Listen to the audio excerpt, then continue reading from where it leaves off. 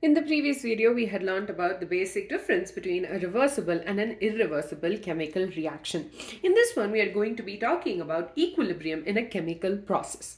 Here we have an example of a reaction A plus B gives rise to C plus D. So the reactants in this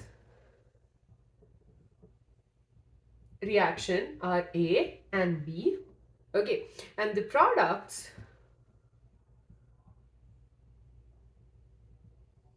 are C and D. Okay, now we have a forward and back arrow over here, the equilibrium arrow, which shows that this particular reaction is reversible. Okay, now we have a beaker. It's a closed system, so nothing can, escape. And we have A plus B in this beaker. So initially you have the reactants. Okay, so the forward reaction is going to be A plus B is going to combine to give us C plus D. Okay, so this is the forward reaction. So immediately after you start the chemical, like after you place A and B in this beaker and you close it, it's a closed system. If you remember, even for physical processes, we consider a closed system. So it's a closed system. Now you'll have the forward reaction taking place. So you have a certain amount of A and B. Now this is going to get converted to C and D. So the reaction takes place. Okay, and what will start happening? The concentration of A and B will start to decrease. So here you have a graph between concentration and time, and I think this makes most sense. So initially, let's assume the concentration of A and B was this. I'm not talking about individual quantities, anything. This is just for you to get an idea. So let's assume the concentration of A and B was over here in the beginning. Now, as the time passes, the concentration of A and B will start to decrease. Okay, now let's assume again, if this reaction was completely irreversible and you got the product C and D. Okay, in this graph, that is for the concentration of A and B, we would have observed that over a period of time, the concentration would have gotten to 0. Okay, if this reaction was irreversible in nature. But based on our example, this is an example that we're taking, and we're considering this reaction to be reversible. Okay, now because it is reversible, what happens is it's observed that there is a decrease in concentration and then suddenly it's a constant. So this is A plus B. First, you have a high amount of A and then that decreases, and then instead of going all the way to 0, if it was a completely irreversible process, it gets to a constant. Similarly, let's take the backward reaction.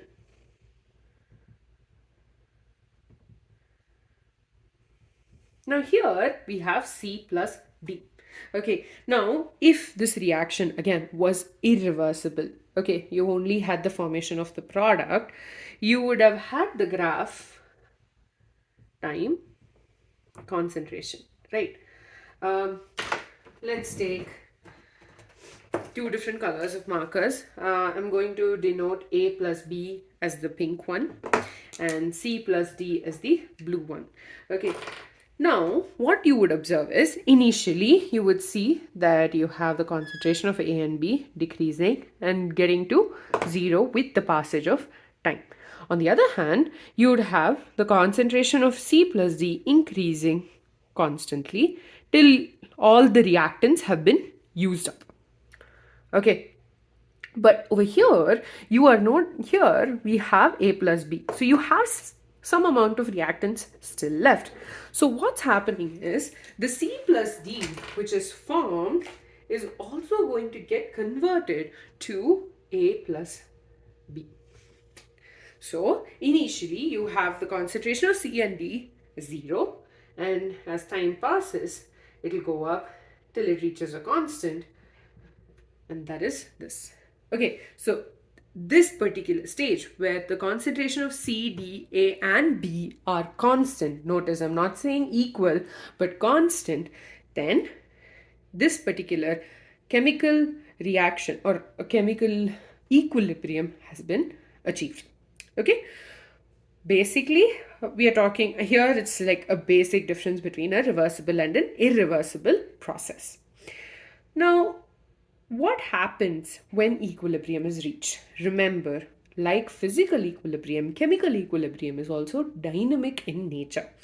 So basically both the forward and the backward reactions are taking place simultaneously. It's similar to how I spoke about ice is getting converted to water, and water was getting converted, the same number of molecules were getting of water was getting converted back to ice, and that's how we have an equilibrium between those two states.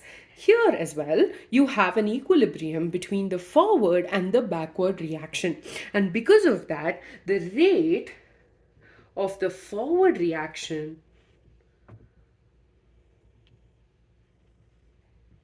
will be equal to rate of backward reaction, and this is in when the system is in equilibrium. So that is all. So oh, and there's one more thing that I would like to tell. So this shows that the equilibrium is dynamic. The chemical equilibrium is dynamic. Again, let's start from the beginning. You have A plus B giving rise to C plus D. We are assuming this reaction is reversible in nature. If the same reaction was irreversible, this would have been like the graph that we would have gotten. Basically, here you have the reactants are getting converted to the product, so A plus B, and as time passes the concentration of the reactants gets reduced, and I'm assuming A plus B undergo complete reaction to give us C plus D. That's why that's the example we are assuming. So you have the concentration of A plus B almost meeting to 0. Next, in case of C plus D, in the beginning there's 0 obviously, and then as the reaction proceeds with time, you have an increase in the concentration of C plus D. This is what you will observe for an irreversible process. However, we are taking a reversible process which has two reactions. The forward reaction has A plus B giving rise to C plus D, and the backward process has C plus D giving rise to A plus B. So initially you have a certain amount of A plus B, and then it undergoes the chemical reaction to give us C and D, and then there comes a point where it becomes constant. So the concentration of A and B become constant. Similarly, C and D, they undergo a chemical reaction to give us A plus B, but before that they form, right? So as time progresses, they form C plus D, and then there'll come a point where there's no more product form. But basically, we should have had them both, one of them meeting the origin, like the x-axis. So that denotes the concentration of A plus B is 0. So this means the system is in equilibrium. Basically, both the forward and the backward processes are taking place simultaneously. A is combining with B to give us C and D. Similarly, C and D are getting converted, or I shouldn't have said combining, but C and D are getting converted to form A and B. So this means that the rate of the forward reaction is equal to the rate of backward reaction. And this also shows that equilibrium is dynamic in nature. Another thing you need to remember is that if, let's say, this particular process started with just the product, so let's say we just had C plus D, we would have also gotten A plus B. So if we taken the same reaction and if we just had the product C and D, then C and D would have gotten converted to give us A and B. With that, we're done with the equilibrium in chemical processes.